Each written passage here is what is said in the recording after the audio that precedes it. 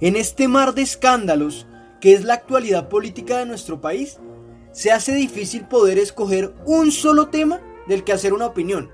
En últimas, el gran tema de todos los días es la corrupción, que sigue desangrando a Colombia y hace de nuestro territorio un paraíso para los criminales.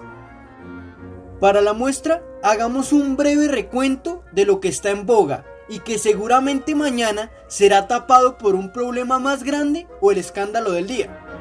Podríamos empezar mencionando que la Corte Suprema anunció que seguirá llevando el proceso en contra del ex senador Álvaro Uribe por la ñeñe política, que entre líneas quiere decir que lo seguirá llevando por años, y eso si tenemos suerte y no pasa a manos de la Fiscalía dirigida por Francisco Barbosa, y como es entre amigos, a la primera oportunidad archivan el caso.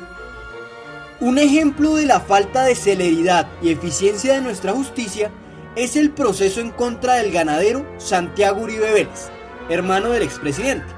Para ponerlo en contexto, el hermano del impoluto Álvaro Uribe afronta un juicio por crímenes cometidos por los 12 apóstoles, en los que todos juran que el innombrable no tuvo participación alguna, porque eso sí, él nunca hace nada y todos actúan a sus espaldas. Tal vez el hombre más traicionado en la historia. Recuerde las chuzadas del DAS, agroingreso seguro, la parapolítica, con primo y hermano a bordo, y para no mencionar todas, la yidispolítica, que la traición le valió la reelección presidencial. Valiente castigo. Pero volviendo a lo de los 12 apóstoles, como el ejemplo de la lentitud paquidérmica del sistema judicial, y no es exageración, el caso lleva abierto desde 1997, más de 2 décadas, y solo se volvió a tocar por el asesinato del sacerdote Gonzalo Palacio, quien como Santiago Uribe delinquió en Yarumal, Antioquia, entre 1994 y 1997. Sin el asesinato del implicado, no estaríamos ante la noticia de la nueva lectura de fallo en noviembre. Lo peor del caso es que en todos estos años el acusado ha aguardado tranquilamente desde su casa al vencimiento de términos. Y estamos hablando de implicaciones en masacres y nexos con comerciantes de dudosa reputación. Por esta misma línea podríamos ubicar la denuncia realizada por la Procuraduría ante el nefasto ministro de Defensa Carlos Holmes Trujillo, en la que señala que la policía no ha entregado la información sobre los uniformados que dispararon indiscriminadamente en contra de la ciudadanía entre el 9 y 10 de septiembre. Todos los actores de casos como este intentan dilatar los procesos para que poco a poco vayan muriendo en la memoria de los colombianos. ¿Alguien sabe qué pasó con el agente del SMAT que mató a Dylan Cruz? ¿Por qué la demora en dar a conocer los nombres de los 7 soldados que violaron a la niña en Vera? Tocó exigir que fueran puestos en la palestra pública incluso cuando ya habían aceptado el crimen. De ese proceso, los medios tradicionales no volvieron a decir mayor cosa y estamos hablando de actos que se dieron en junio.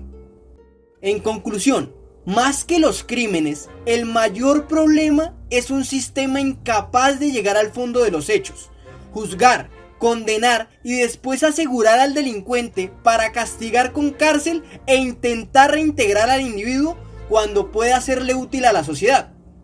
Esto no es posible porque los senadores, en lugar de estar planeando la construcción de nuevas cárceles, que con tanto cafre deberían hacer muchas, están hablando sandeces como mandar a los niños a estudiar en plena pandemia, que ha costado 25.000 muertos en el país.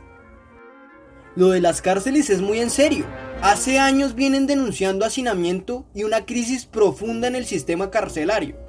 La cosa es tan grave que la Defensoría ha señalado en varias oportunidades que el hacinamiento ya afecta a la URI y las estaciones de policía. Me imagino que a los políticos no les conviene da mucho que hayan más cupos en las cárceles del país. Pero volvamos a lo de la vuelta de los niños y profesores a la presencialidad.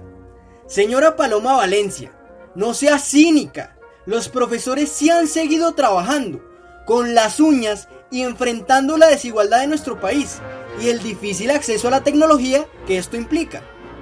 Mientras usted y su bancada han hecho lo imposible por seguir sesionando desde la comodidad de sus hogares, Muy fácil pedir que los profesores y los niños de clase media y baja salgan a exponerse, mientras ustedes se la ganan de gratis para mantener las funciones especiales del presidente por la emergencia. Con los emolumentos que cobran ustedes, deberían ser los primeros en reactivar el país y dar ejemplo. Es más fácil que ustedes en carros estatales y con la mayor bioseguridad se protejan del virus, y no los pobres en buses y en colegios con sobrepoblación.